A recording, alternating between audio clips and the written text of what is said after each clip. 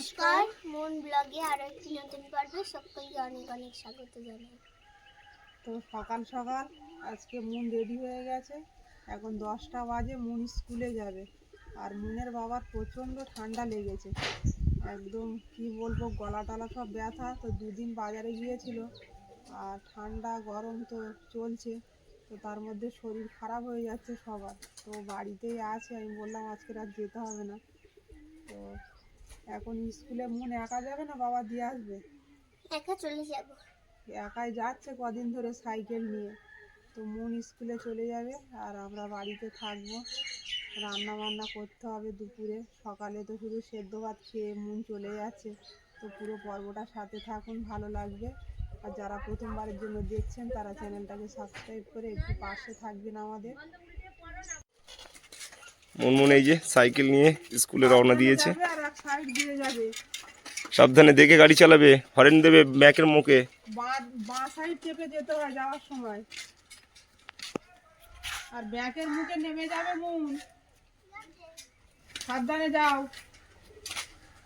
Cycle নিয়ে পাঠালেও এটা চিন্তার মধ্যে থাকতে হয় আমার।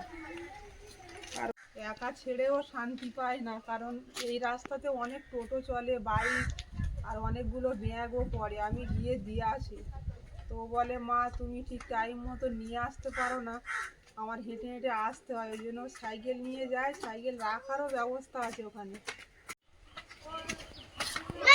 বাগানের দিকে রোজ একবার করে আসি আর দেখি যে ফুল হচ্ছে, গাছে ফল হচ্ছে না। আর এই যে পালং শাকের দুই একটা ছিল পাতলা পাতলা, সেগুলো বেশ ভালো গ্রোথ নিয়েছে, অনেক দানা ছড়ানো ছিল, মুরগিতে খুঁটে খেয়ে এই কটা আছে। আর লঙ্কা গাছে তো শুধু ফুল হয়েই যাচ্ছে, লঙ্কার দেখা নেই, লঙ্কারই দেখা নেই। যা হচ্ছে হতে লাগুক, দেখে দেখে যায়। এইখানের গাছটায় এত ফুল হচ্ছে, সব শুকিয়ে যাচ্ছে, একটা বেগুনের দেখা নেই। কলা গাছটাও খুব সুন্দর হয়েছে গো। গাছ তো ভালো হচ্ছে, কিন্তু এত বড় একটা বেগুন গাছ আর এত ফুল, কিন্তু তাতে ফলই নেই। এতক্ষণ তো ভরে যাওয়ার কথা গাছে। মাদের এরকম গাছে প্রচুর বেগুন হচ্ছে দেখছি। কি ব্যাপার, আমরা তো সার টার দিতে হবে নাকি? আমার মনে হচ্ছে দানাটা কম পোক্ত।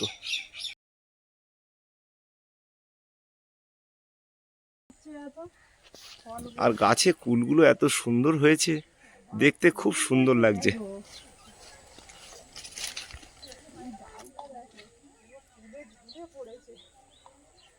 এত কুল হয়েছে, সবার গাছের কুল কিন্তু পুরো শেষাগত, আমাদের গাছের কুল এখনো পাকেনি। সবার গাছের শেষ হয়ে যাবে, আমাদের গাছে কুল পেকে কমপ্লিট হবে। এত কুল হয়েছে, আমরা তো অন্য বছরে 20-25 কিলো করে কুল বিক্রি করি, এবছরেও মানে এত কুল হওয়া হয়েছে, গাছ একদম ডাল ঝুলে পড়েছে, পাতা দেখা যাচ্ছে না বলো। দারুণ হয়েছে কুল। এই দেখো চালের উপরে উঠে গেছে ডাল।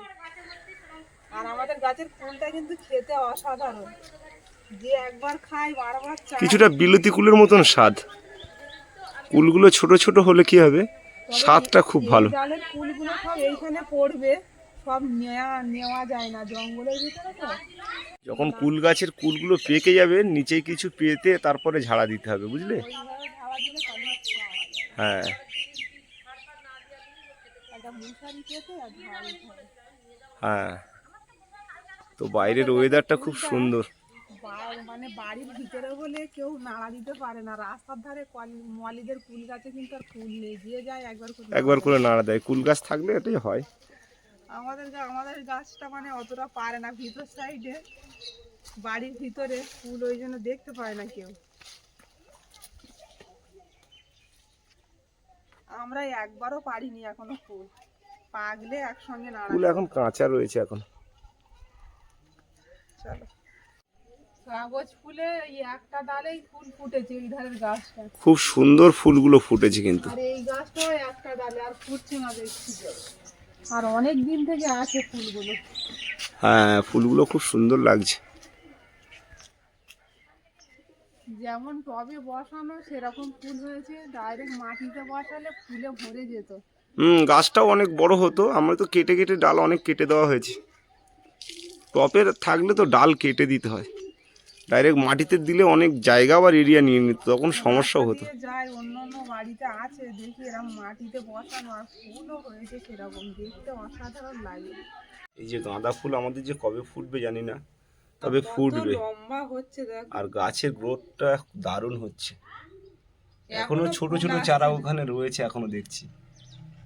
দেওয়ার জায়গা নেই, যতটা পেরেছি। আর এই যে চায়না টগরটা মনে হচ্ছে খোরাক চাইছে, এর একটু সারি মাটি বাটি দিতে হবে। হ্যাঁ হ্যাঁ দিতে হবে, একটু পচা গোবর এইসব দিতে হবে, না হলে এই পাতাগুলো হলুদ হয়ে যাচ্ছে। এই ধারের বেগুন গাছটা দেখো কত ফুল হয়েছে। বেগুন, এই বেগুন গাছেও দেখছি ওরকম ফুল প্রচুর হয়েছে, কিন্তু একটা বেগুন হচ্ছে না। কারণটা হলো মনে হচ্ছে দানাগুলো কম পোক্ত, বুঝতে পারলে? অনেক না পাকলে সেই ফলের দানায় গাছ ঠিকঠাক হয় না, গাছ হলেও ফল হয় না। হ্যাঁ, বেকার হয়ে গেল। এটাই হয়েছে আমাদের, তোমাকে ঠকিয়ে দিয়েছে। কত সুন্দর হয়েছে দেখো গাছগুলো। চারাগুলো সব নিয়ে এসেছিল অনিমা পছন্দ করে, কিন্তু ফল হয়নি। অনিমা সকাল থেকে অনেক কাজ করলো, আর সেদ্ধ ভাত আমাকে সকাল সকাল দিয়ে দিয়েছে, আমি তো খেয়ে নিলাম। এইবার অনিমা খাওয়া দাওয়া করছে। এখানে আছে এই যে পেঁপে সেদ্ধ, আর সুন্দরবন থেকে কুমড়ো পাঠিয়েছিল বড়দি, সেই কুমড়ো ভাতে কুমড়ো সেদ্ধ মেখেছি পেঁয়াজ আর কাঁচা লঙ্কা দিয়ে। তো সকালের খাওয়াটা খুবই সুন্দর, দুই ধরনের সেদ্ধ, পেঁপে সেদ্ধ দিয়েই খেয়েছি বেশি করে আমি। দুপুরের খাবারটা রেডি করতে হবে, দুপুরে রান্না করব। অনেকদিন পর কুমড়ো সেদ্ধ দিয়ে ভাত খাচ্ছি, আর বাড়ির গাছের কুমড়ো চিনির মতো মিষ্টি, দারুণ লাগছে খেতে। কুমড়োটা খুব সুন্দর কুমড়ো। কুমড়োটা যাই করে খাচ্ছি মানে স্বাদ আলাদা, ভাতে দিয়ে চচ্চড়ি করে ঝোল করলে মানে আরো ভালো লাগবে। জ্যান্ত মাছ, বড় মাছ দিয়ে ঝোল করলে অসাধারণ লাগবে। মুনের বাবা এখানটা পরিষ্কার করছে, কদিন পরেই এখানে মলের বিয়ের প্যান্ডেল হবে, তো আমরা কাঠকুটোগুলো সব সরিয়ে নিতে হবে এখান থেকে।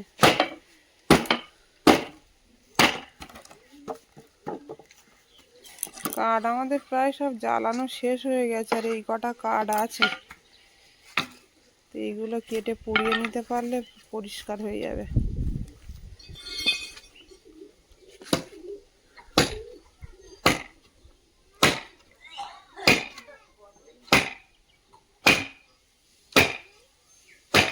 খুব শক্ত বলো কাঠগুলো, সারা বর্ষা জল খেয়েছে, তাও দেখো আস্তে।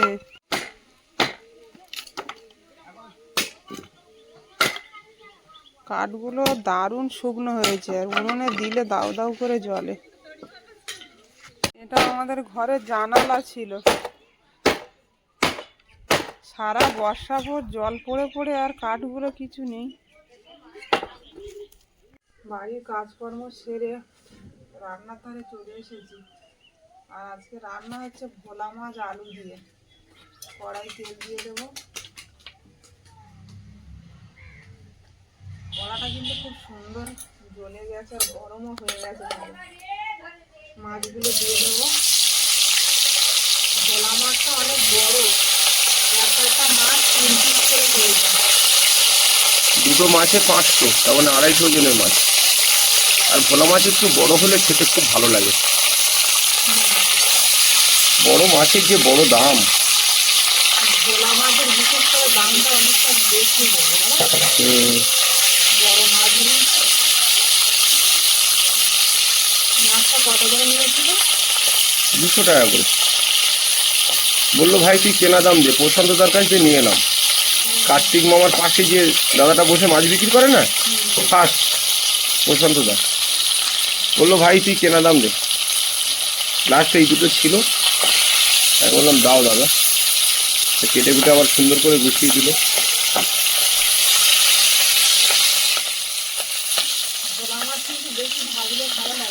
না বেশি ভাজতে লাগে না তো ভোলা মাছ।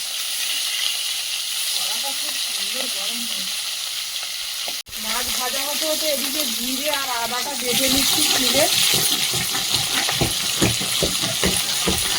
মাছটা ভাজা হয়ে গেছে, তুমি আগে তুলে নাও। নাহলে এরপরে বেশি ভাজা হয়ে গেলে পুড়ে যাবে। মাছটা তুলে নেব।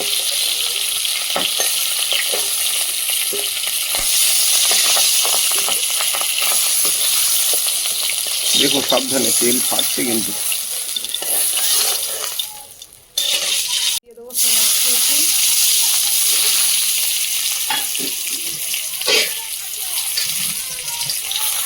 আলু, কাঁচা লঙ্কা, টমেটো দিয়ে দেবো।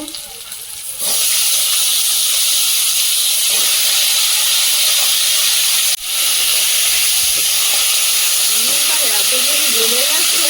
কাঠগুলো ভীষণ শুকনো, যে কাঠগুলো কেটে নিয়ে এলাম এগুলো তো টকটা কাঠ, জানলা, তারপরে খাটের কাঠ, দোতলার উপরে ঘর ছিল, জানলা লাগানো ছিল, একটা খাট ছিল, সেই খাট ফাট সব নামানো হয়েছে, সেগুলো সব পচে গেছে, তো এখন ওই জন্য কাটা যাচ্ছে। তো কেটে সেইগুলো শুকনো কাঠ নিয়ে এসেছি না, খুব সুন্দর জ্বলছে উনুনটা। দিয়ে দেবো হলুদ গুঁড়ো, লবণ দিয়ে দেবো পরিমাণ মতো।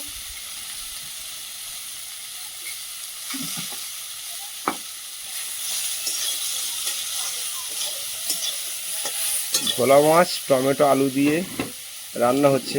অনিমা বলছিল যে ঝাল করি, সামান্য জল দিয়ে দেবো। তো আমি বললাম যে একটু সবজি দিয়েই করো, সবজি বলতে আলু দিয়ে ঝোল করো, তাহলে একটু তরকারিটা বড় মতন হবে, আর একটা তরকারি দিয়েই খাওয়া হয়ে যাবে, বিকালেও খাওয়া হবে। সেটাই, হ্যাঁ। এদিকে জিরে আর আদা বাটাটাও দিয়ে দেবো, দিয়ে কষিয়ে নেবো ভালো করে। একটু ঢেকে ঢেকে কষাও, তাহলে ভালো হবে। ঢাকা দিয়ে দেবো। ঢাকনাটা খুলে দেখে নেব।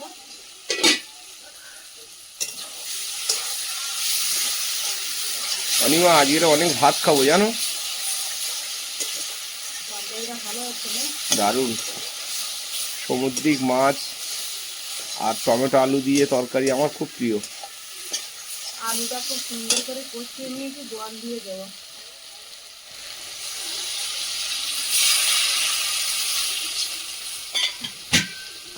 একটু গায়ে গায়ে রান্না হবে, মাখা মাখা, যেহেতু নদীর মাছ।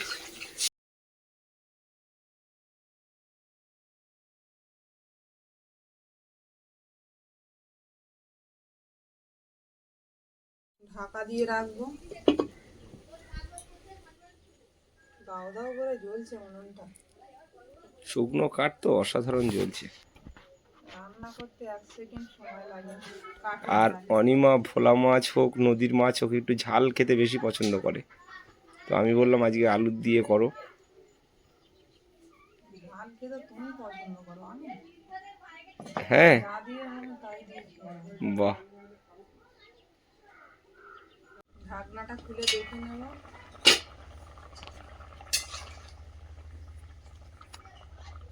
আলুটা একদম পাতলা করে কেটেছিলাম আর দারুণ সেদ্ধ হয়ে গেছে। এই যে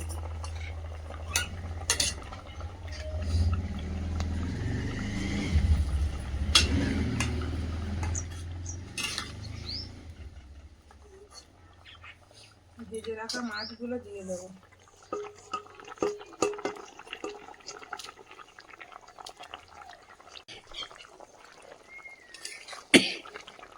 নুনের বাবার প্রচন্ড কাশি হয়েছে, গলা ব্যথা হয়েছে ঠান্ডার বাইরেও কারণে। যেতে পারছে না। ব্যবসায় মাত্র 2 দিন গেলাম, তারপর আর যেতেই পারছি না। সকালে উঠতেই পারছি না, উঠে আবার সেই বসে থাকতে হচ্ছে, মানে বাইরে বেরোতে পারছি না, এত ঠান্ডা লেগে আছে। ঠান্ডাটা চলে যাবে তো এবারে, সবার ঠান্ডা সর্দি কাশি ঘরে ঘরে। আবার একটু ঢেকে রাখবো। তরকারিটা নামানোর মতো হয়ে গেছে আর আলুটাও সেদ্ধ হয়ে গেছে। মরিচের গুঁড়ো দিয়ে দেবো। এতে একটু ধনেপাতা দিলে আরো ভালো হতো, তো নেই। না, ধন্যবাদ, আমি আনছি, দাঁড়াও।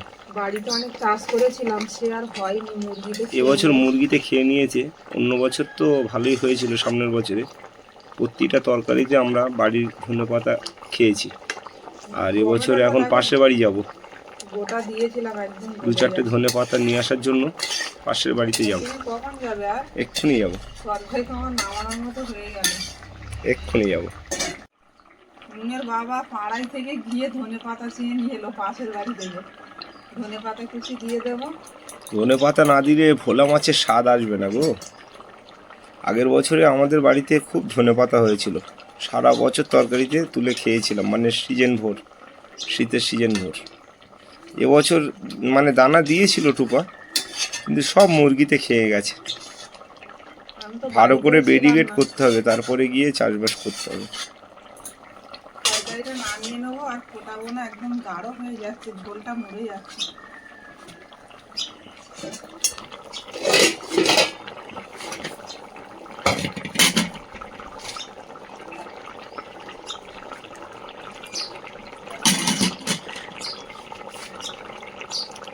অনেক গরম, কিন্তু অনেক গরম। তুমি খালি হাতে ধরছো, শীতের দিন বলে ধরতে পারছো।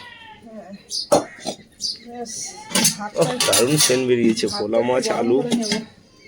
আর ধনে পাতা দিয়ে দারুণ একটা সেন্ট বেরোচ্ছে। আর এই সকালবেলা সেদ্ধ ভাত করেছিল, 1 হাঁড়ি ভাত করেছিল। খাওয়া দাওয়া সকালে হয়েছে, চাপালাম। আবার একটু গরমে দিয়েছে। গরম হলেই খাওয়া দাওয়া হবে আমাদের, তাই তো? হ্যাঁ, ভাত বাড়বে এবারে, অনেকটা বেলা হয়ে গেছে। মনের মারও খিদেও পেয়ে গেছে। মন স্কুল থেকে বাড়ি এলো সাইকেল চালিয়ে। কি বলছিলে? মিস মিস বলছে যে হচ্ছে সবাই সাজবে, সবাই কালকে সাজবে, 8:30টার সময় আসতে হবে। কেন, কালকে কি স্কুলে? স্পোর্টস আছে। ও, তা কি সাজতে হবে আমি তো জানি না।